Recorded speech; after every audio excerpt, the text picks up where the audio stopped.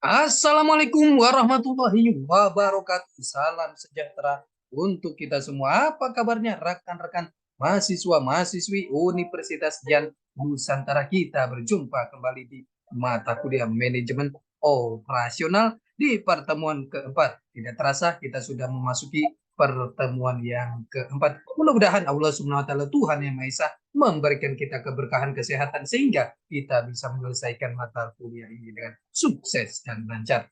Rekan-rekan semuanya, sebelum kita memulai proses belajar mengajar ini, alangkah baiknya sama-sama kita berdoa agar proses belajar mengajar ini berjalan dengan sukses dan lancar. Berdoa menurut keyakinan dan kepercayaan masing-masing. Berdoa dimulai.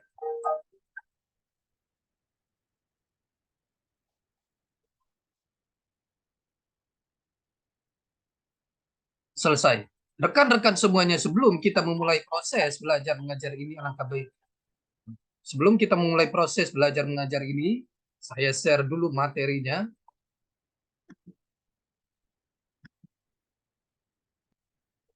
Mohon izin saya share materinya.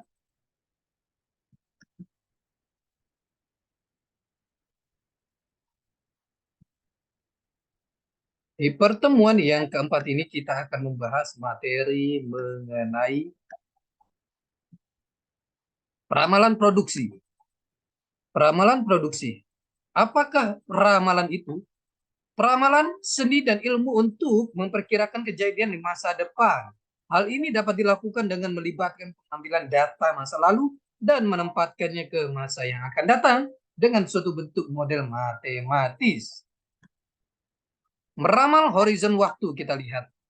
Peramalan diklasifikasikan berdasarkan horizon waktu masa depan. Horizon waktu terbagi atas beberapa kategori. Satu, peramalan jangka pendek mencakup waktu hingga 1 tahun, tetapi umumnya kurang dari 3 bulan. Peramalan ini digunakan untuk merencanakan pembelian, penjadwalan kerja, penugasan kerja, dan tingkat produksi. Dua, peramalan jangka menengah mencakup hitungan bulanan hingga 3 tahun. Merencanakan penjualan, perencanaan, dan anggaran produksi, anggaran kas, dan menganalisis bermacam rencana operasi. Tiga, peramalan jangka panjang. Umumnya untuk perencanaan masa 3 tahun atau lebih. Merencanakan produk baru, pembelanjaan modal, lokasi, dan pengembangan fasilitas, serta lead bank. Pengaruh siklus hidup produk. Hampir semua produk yang berhasil melalui 4 tahapan. 1, perkenalan. 2, pertumbuhan. 3, kematangan. 4, penurunan. 2 tahap pertama membutuhkan peramalan yang lebih panjang daripada produk yang berada pada 2 tahap berikutnya. Jenis peramalan. Organisasi pada umumnya menggunakan 3 tipe peramalan yang utama dalam perencanaan operasi di masa depan. Peramalan ekonomi, economic forecast, peramalan teknologi, technological forecast, dan peramalan permintaan, demand forecast. Kepentingan strategis peramalan. Dampak peramalan produk pada 3 aktivitas. 1, sumber daya manusia, mempekerjakan, melatih, dan memberhentikan pekerja, semuanya bergantung pada permintaan. 2, kapasitas. 3, manajemen rantai pemasok. 7 langkah sistem peramalan. 1, menetapkan tujuan peramalan. 2, memilih unsur apa yang akan diramal. 3, menentukan horizontal waktu peramalan. 4, memilih tipe model peramalan. 5, mengumpulkan data yang diperlukan untuk melakukan peramalan. 6, membuat peramalan. 7, memvalidasi dan menetapkan hasil peramalan. Pendekatan dalam peramalan. Terdapat 2 pendekatan peramalan atau ada 2 cara mengatasi semua model keputusan. 1, analisis kuantitatif. Menggunakan model matematis beragam dengan data masa lalu dan variabel sebab akibat untuk meramalkan permintaan. 2, analisis kualitatif atau peramalan subjektif. Menggabungkan faktor intuisi, emosi, pengalaman pribadi, dan sistem nilai pengambilan keputusan untuk meramal. Tinjauan metode kuantitatif. Ada 2 kategori model peramalan, yaitu Model time series terbagi 4 mode, yaitu pendekatan naib, rata-rata bergerak, penghalusan eksponensial, dan proyeksi tren. Model asosiatif ada satu metode, yaitu regresi linier. Model time series. Satu, model time series membuat prediksi dengan asumsi bahwa masa depan merupakan fungsi masa lalu. Dua, time series didasarkan pada waktu yang berurutan atau yang berjarak sama, mingguan, kuartalan, dan lainnya. Tiga, meramalkan data time series berarti nilai masa depan diperkirakan hanya dari masa lalu dan bahwa variabel lain diabaikan. Dekomposisi time series, menganalisis time series berarti membagi data masa lalu menjadi komponen, kemudian memproyeksinya ke masa depan. Ada 4 komponen. Satu, tren merupakan pergerakan data sedikit demi sedikit meningkat atau menurun. Dua, musim adalah pola data yang berulang pada kurun waktu tertentu seperti hari, minggu, bulan, atau kuartal. Tiga, siklus adalah pola dalam data yang terjadi setiap beberapa tahun. Empat, variasi acak merupakan satu titik khusus dalam data. Pendekatan naib merupakan teknik peramalan yang paling sederhana, berasumsi bahwa permintaan di periode mendatang akan sama dengan permintaan periode terakhir. Teknik peramalan ini menentukan penjualan masa depan, produk akan sama dengan penjualan pada periode akhir. Contoh, diketahui penjualan produk handphone Nokia adalah 68 unit untuk bulan Januari, maka kita dapat meramalkan bahwa penjualan pada bulan Februari adalah 68 unit. Untuk beberapa jenis produk, pendekatan ini merupakan model peramalan yang paling efektif.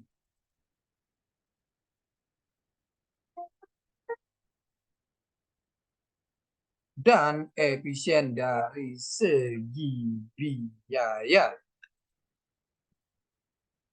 Rata-rata bergerak menggunakan sejumlah data aktual masa lalu untuk menghasilkan peramalan. Asumsi bahwa permintaan pasar akan stabil sepanjang masa yang kita ramalkan. Secara matematis, rata-rata sederhana dinyatakan sebagai berikut. Rata-rata bergerak. Kita lihat di sini. Jumlah permintaan periode sebelumnya dibagi N. Contoh, penjualan alat pemotong rumput di Donna Garden Supply ditunjukkan dalam kolom Nah, dalam tabel berikut kita lihat dari bulan Januari sampai Desember penjualan aktualnya 10, 12, 13, 16, 19, 23, 26, 30, 28, 18, 19, 16, 14. Rata-rata bergerak bulanannya kita lihat di sini 10 tambah 12 tambah 13 dibagi 13 sama dengan 11 dan seterusnya. Lanjutan. Saat ada tren atau pola yang terdeteksi, buat dapat digunakan untuk menempatkan penekanan yang lebih pada nilai terkini. Rata-rata bergerak dengan pembobotan dapat digambarkan secara matematis sebagai berikut. Rata-rata bergerak dengan pembobotan. Kita lihat di sini jumlah bobot pada periode N, permintaan pada periode N, dan dibagi jumlah bobot. Soal penjualan bulanan Tilku baterai sebagai berikut. Januari sampai Desember penjualannya 20, 21, 15, 14, 13, 16, 17, 18, 20, 20, 21, 23. Contoh 2, Donna Garden Supply memutuskan untuk meramalkan penjualan alat pemotong rumput dengan memberikan bobot pada 3 bulan terakhir sebagai berikut.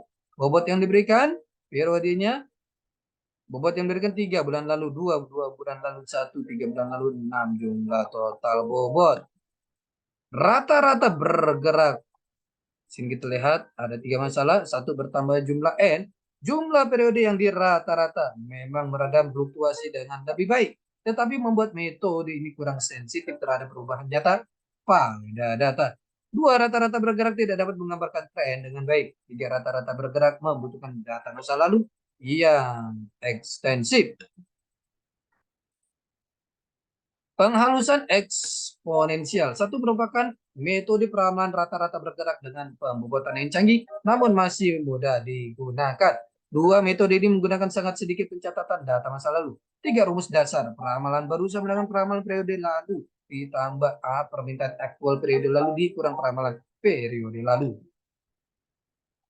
Di mana A, sebuah bobot atau konstanta penghalusan yang dipilih oleh peramal yang memiliki nilai antara 0 dan 1.